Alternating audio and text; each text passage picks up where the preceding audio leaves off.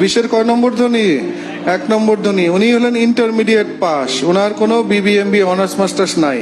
Steve jobs অ্যাপেলের প্রতিষ্ঠাতা, উনি হলেন এসএসসি পাস।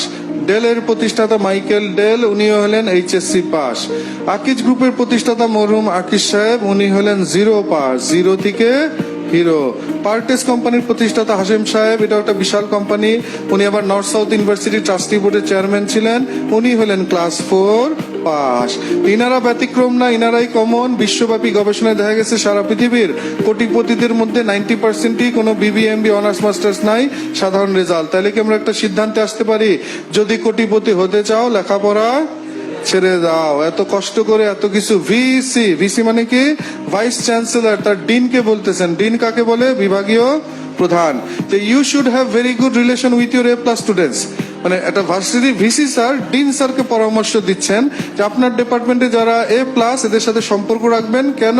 এরাই তো কেউ কেউ পরবর্তীতে টিচার হইতে পারে। তারপরে বললেন আর যারা D- সবচেয়ে খারাপ রেজাল্ট, এদের সাথে একটু সম্পর্ক রাখবেন।